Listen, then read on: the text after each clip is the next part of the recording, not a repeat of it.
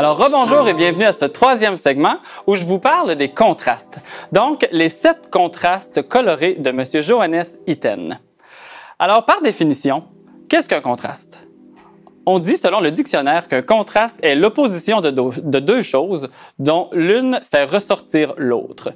Alors, on en a parlé un petit peu dans le volet précédent. On a parlé des couleurs complémentaires qui ajoutent beaucoup de contraste à votre travail. Alors, j'avais envie qu'on discute plus en profondeur, en fait, de c'est quoi le contraste, comment bien les utiliser. Lorsqu'on utilise les contrastes dans notre travail, c'est en fait qu'on veut aller créer de l'intérêt, qu'on veut faire ressortir quelque chose. Donc, les couleurs complémentaires, on dit d'elles qu'elles vont se faire ressortir. Si on met le jaune et le violet côte à côte, disons que c'est un agencement qui est censé être parfait, que ça nous plaise ou pas. Mais c'est la meilleure manière de faire ressortir en fait deux couleurs, d'utiliser les complémentaires, et ce sont les plus contrastantes. Alors le premier contraste que je vous suggère est celui du clair-obscur.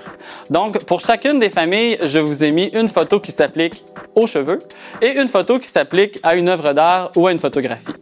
Alors le premier, le clair-obscur, dans la photo de droite, on voit un balayage qui est fait des mèches plus larges sur une couleur de fond beaucoup plus foncée.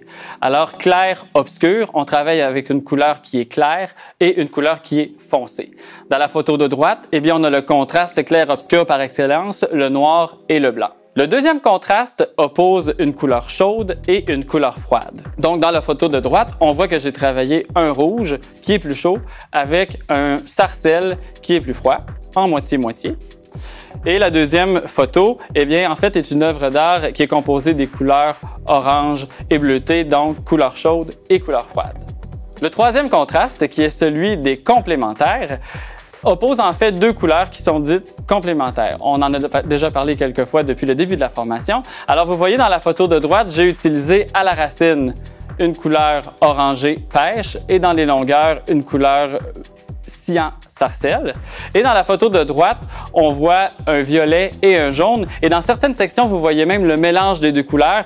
J'ai choisi cette image-là parce que vous voyez bien qu'en mélangeant du jaune et du violet, on vient créer une couleur qui est plus neutre, donc du brun. C'est le même principe en coloration. Lorsqu'on a des mèches blondes qui sont décolorées trop jaunes, on utilise un nuanceur violacé pour neutraliser et créer une belle couleur qui se veut neutre. Donc, on se rappelle qu'une couleur neutre contient à part égale les 3 couleurs primaires, ici qui nous intéressent, le jaune, le rouge et le bleu.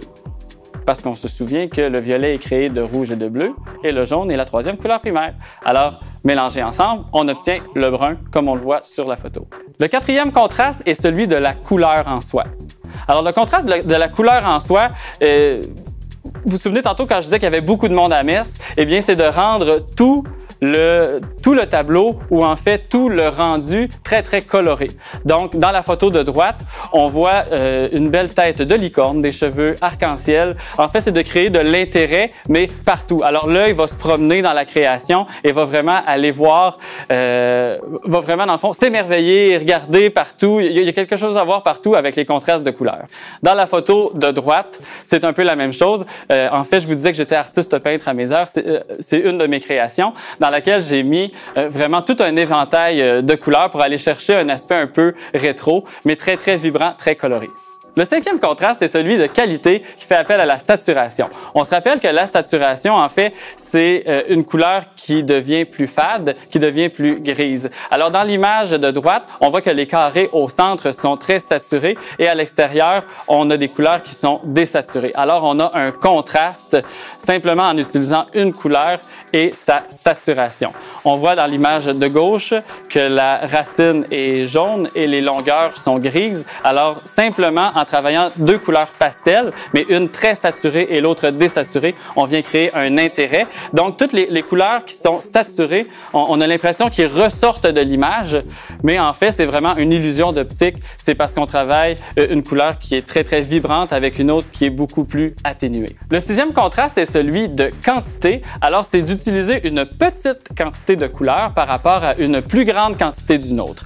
Dans la photo de droite, on voit une modèle ayant une monnaie money piece, qui est quelque chose qui est très populaire en ce moment en salon. On l'exécute beaucoup. La money piece, c'est d'aller faire une section à l'avant qui est très contrastante avec la couleur de l'arrière. Donc ici, notre modèle a les cheveux une couleur de base brun chocolat et à l'avant, on travaille avec une teinte pastel plus rosée qui vient vraiment se découper du reste de l'ensemble de sa couleur. C'est de mettre moins d'une couleur avec beaucoup plus d'une autre. Dans la photo de droite, on voit d'ailleurs des éléments rouges qui viennent contraster avec le reste de l'ensemble qui est plutôt gris turquoise. Toujours dans le contraste de quantité, on parle aussi de poids de la couleur.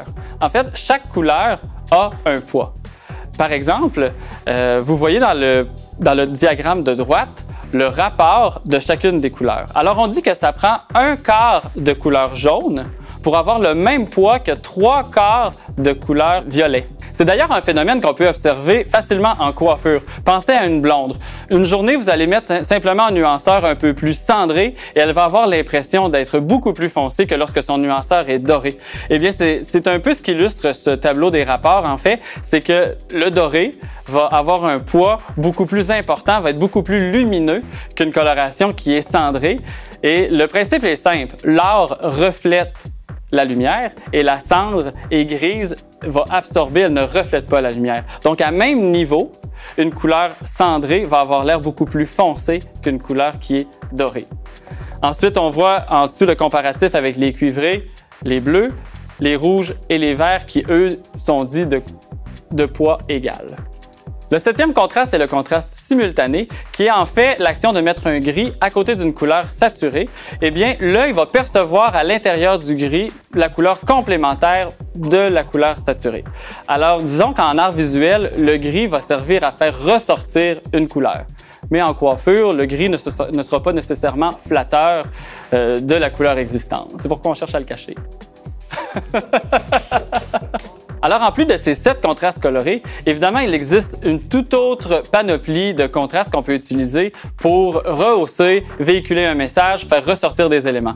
Alors, je pense entre autres à des contrastes de texture, disons en coiffure frisée, raide, souple, rigide, certains contrastes de motifs, de forme, de lignes, de grandeur, de grosseur, de hauteur. En fait, tout ce qui est contrastant va créer de l'intérêt. Tout ce qui est différent va contraster. Donc, c'est à nous, en tant qu'artistes, d'aller utiliser tous ces outils qui sont offerts pour aller faire ressortir le maximum de nos créations pour les rendre le plus intéressantes possible et faire plaisir à notre distinguée clientèle.